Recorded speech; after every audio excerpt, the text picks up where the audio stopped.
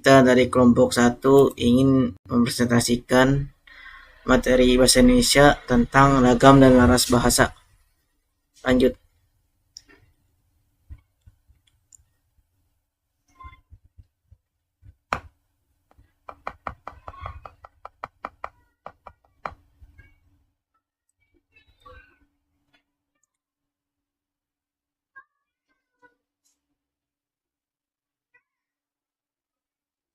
Ini ada anggota kelompok. Yang pertama ada Eka Satrio dengan NIM 152-302-41. Ada yang kedua ada Brian Maruli Tuasima Mora dengan NIM 152-304-27. Dan yang ketiga ada Fakih Al-Araf 152-301-82. Yang keempat ada M. Fahri 152-336. Yang kelima ada Fatir Pesma Saputra 152-303-93. Yang keenam ada Alif Putra 152-305-00. Yang ketujuh ada saya sendiri Dimas Arsya Maulana dengan NIM 152-301-95. Lanjut. Apa itu ragam bahasa? Dalam Kamus Besar Bahasa Indonesia KBBI, ragam bahasa diartikan variasi bahasa menurut pemakaiannya, topik yang dibicarakan, hubungan pembicara dan teman bicara, dan medium pembicaranya.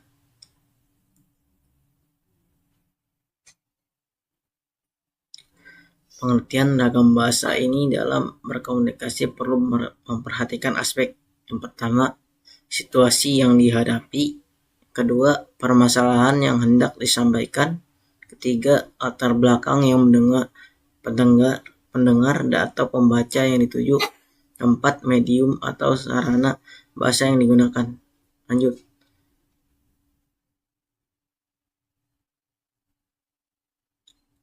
Nah, untuk selanjutnya akan dibacakan oleh rekan saya juga, Ali Putra. Ya, bentar. Ragam bahasa Ragam bahasa timbul seiring dengan timbulnya perubahan di dalam masyarakat. Perubahan itu berupa variasi-variasi bahasa yang dipakai sesuai keperluannya. Oleh karena banyaknya variasi, agar tidak mengurangi fungsi bahasa sebagai alat komunikasi yang efisien, dalam bahasa timbul mekanisme untuk memilih variasi tertentu yang cocok untuk keperluan tertentu. Dalam hal ini disebut ragam standar. Beberapa faktor sebagai penyebabnya timbulnya ragam bahasa yang ada di Indonesia.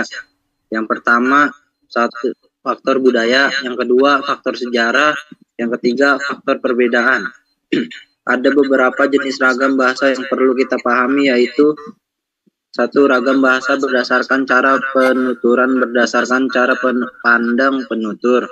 Ragam bahasa dibagi menjadi 4, yaitu ragam dialek, ragam terpelajar, ragam resmi, dan ragam tidak resmi. Yang kedua, ragam bahasa berdasarkan cara komunikasi. Ragam bahasa berdasarkan cara komunikasi terdiri dari ragam bahasa lisan dan tulis. Ragam bahasa lisan adalah suatu ragam bahasa yang dihasilkan oleh alat ucap organ of speech. Dalam ragam bahasa lisan ini, kita harus memperhatikan beberapa hal seperti tata bahasa, kosakata, dan lafal dalam pengucapannya. Dalam hal ini, dengan memperhatikan hal-hal tersebut, pembicara dapat mengatur tinggi rendah suara atau tekanan yang dikeluarkan, mimik atau ekspresi, muka yang ditunjukkan, serta gerak tangan atau isyarat untuk mengungkapkan ide sang pembicara. Ragam bahasa lisan, ciri-cirinya yaitu satu, ragam lisan menghendaki adanya orang kedua, teman berbicara yang berada di depan pembicara, sedangkan ragam tulis tidak mengharuskan adanya teman berbicara di depan. Yang kedua, unsur-unsur gramatikal, seperti subjek, predikat, objek, pelengkap, dan keterangan tidak selalu dinyatakan. Unsur tersebut dapat ditinggalkan dan digantikan atau dibantu oleh gerak mimik, pandangan, anggukan, atau inotasi. Yang ketiga, ragam lisan sangat terkait pada kondisi, situasi, ruang, dan waktu. Misalnya pembahasan di seminar pada suatu forum yang diselenggarakan hanya 1 hari, maka hanya berlaku pada waktu dan situasi itu saja. Apa yang diperbincangkan atau dibahas melewati waktu tersebut belum tentu dipahami atau dimengerti oleh pihak lain di luar waktu tersebut. Oh, udah. Teman saya dilanjutkan oleh Brian.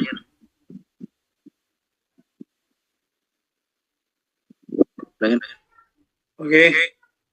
Ragam bahasa tulis adalah bahasa yang dihasilkan dengan memanfaatkan tulisan dengan huruf sebagai unsur dasarnya. Dalam ragam bahasa tulis, kita harus memperhatikan beberapa hal seperti tata cara penulisan atau ejaan, di samping aspek tata bahasa dan pemilihan kosakata. Dalam hal ini, kita dituntut untuk tepat dalam pemilihan unsur tata bahasa, seperti bentuk kata, susunan kalimat, pilihan kata, kebenaran penggunaan ejaan, dan juga penggunaan tanda baca dalam mengungkapkan ide kita. Lanjut. Ragam bahasa tulis, ciri-cirinya yaitu 1. Pada ragam tulis tidak mengharuskan adanya teman bicara berada di depan. Yang kedua, ragam tulis mencantumkan fungsi-fungsi gramatikal seperti subjek, predikat, objek, pelengkap, dan keterangan. Yang ketiga, ragam tulis tidak terikat situasi, kondisi, ruang, dan waktu. Lanjut. Yang keempat, ragam tulis dipengaruhi oleh tanda baca, huruf besar, dan huruf miring atau ejaan lainnya. Contohnya, orang yang berbelanja di pasar. Seorang direktur berkata kepada sekretarisnya, "Kenapa dia, San?" Lanjut. Ragam sosial adalah bahasa yang disepakati dengan sebagian normanya untuk digunakan di lingkungan sosial terbatas. Baik ragam lisan maupun ragam tulis bahasa Indonesia ditandai pula oleh adanya ragam sosial, yaitu ragam bahasa yang sebagai norma dan kaidahnya didasarkan atas kesepakatan bersama dalam lingkungan sosial yang lebih kecil dalam masyarakat. Ragam fungsional adalah ragam yang dikaitkan dengan profesi, lembaga, lingkungan kerja, atau kegiatan tertentu. Dalam kenyataannya, ragam fungsional menjelma sebagai bahasa negara dan teknis keprofesian, seperti bahasa dalam lingkungan keilmuan atau teknologi, seperti istilah-istilah dalam ilmu komputer, kedokteran, seperti istilah dalam ilmu kedokteran, dan keagamaan. Lanjut. Contoh ragam keilmuan atau teknologi di jantung komputer terkecil, atau yang biasa kita sebut mikrokomputer, terdapat sebuah komponen elektronik yang dinamakan mikroprosesor. Komponen ini terbuat dari keping silikon yang berukuran tidak lebih besar daripada kuku jari kelingking. Sebenarnya, mikroprosesor itu sendiri adalah komputer yang dapat dibangun menjadi berbagai jenis mesin. Next, selanjutnya akan disambung oleh rekan saya, Bang Eka.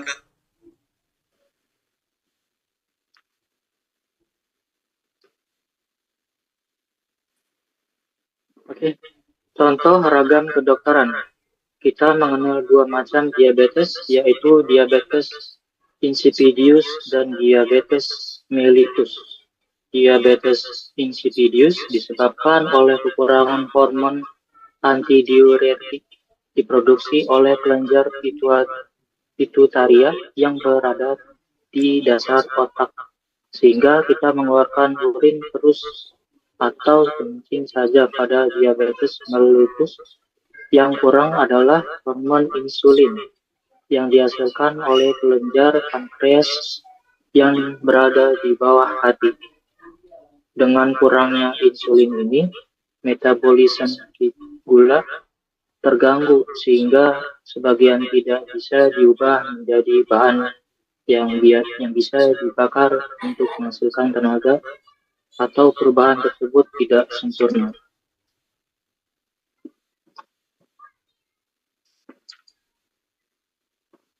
Contoh ragam Kecelakaan besarlah bagi orang-orang yang curang, yaitu orang-orang yang apabila menerima takaran dari orang lain, mereka minta dipenuhi, dan apabila mereka menakar atau menimbang untuk orang lain, mereka menguranginya. Tidaklah orang-orang itu menyangka bahwa sungguhnya mereka akan dibangkitkan pada suatu hari yang besar, yaitu hari ketika manusia berdiri menghadap Tuhan semesta alam. Ragam fungsional lainnya yaitu 1. Ragam bahasa bisnis. Ragam bahasa yang digunakan dalam berbisnis yang biasa digunakan oleh para pebisnis dalam menjalankan bisnisnya. 2. Ragam bahasa hukum. Penggunaan bahasa Indonesia dalam dunia hukum, di mana fungsinya mempunyai karakteristik tersendiri. 3. Ragam bahasa sastra. Ragam bahasa yang banyak menggunakan kalimat tidak efektif. Laras bahasa adalah kesesuaian antara bahasa dan pemakaiannya. Dalam hal ini, laras bahasa mengenal iklan, laras ilmiah populer, laras Twitter, laras komik, laras sastra yang masih dapat dibagi atau laras cerpen, laras puisi, laras novel, dan sebagainya. Sebuah karya tulis ilmiah merupakan hasil rangkaian gagasan yang merupakan hasil pemikiran, fakta, peristiwa, gejala, dan pendapat. Jadi, seorang penulis karya ilmiah menyusun kembali berbagai bahan informasi menjadi sebuah karangan yang utuh. Ciri bahasa Indonesia laras ilmiah. 1. Bahasa Indonesia ragam baku. 2. Pengguna kalimat efektif. 3. Menghindari bentuk bahasa yang bermakna ganda. 4. Penggunaan kata dan istilah yang bermakna lugas dan menghindari pemakaian kata dan istilah yang bermakna kias. Berikut adalah jenis laras bahasa. 1. Laras bahasa biasa, tidak ada konteks khusus atau melibatkan sembarang bidang ilmu, menggunakan bahasa yang tidak formal dan bisa formal juga kondisi dalam keadaan resmi. 2. Laras bahasa iklan, penggunaannya bahasa ringkas dan pendek, penggunaan jenis bahasa imitatif dan kreatif. 3. Laras bahasa sains mempunyai sifat intelektual, formal, dan objektif berdasarkan kajian dan fakta. Terdapat banyak penggunaan kata, nama, dan ragam ayat pasif. Kesimpulannya, ragam dan laras bahasa menunjukkan fleksibilitas bahasa dalam menyelesaikan konteks sosial, situasi, dan bidang yang dibicarakan, dengan tujuan memaksimalkan efektivitas komunikasi.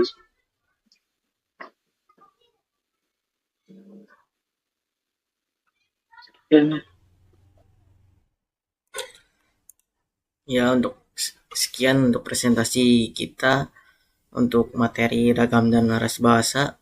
Kalau ada kata-kata yang salah, mohon maaf. Wassalamualaikum warahmatullahi wabarakatuh. Waalaikumsalam.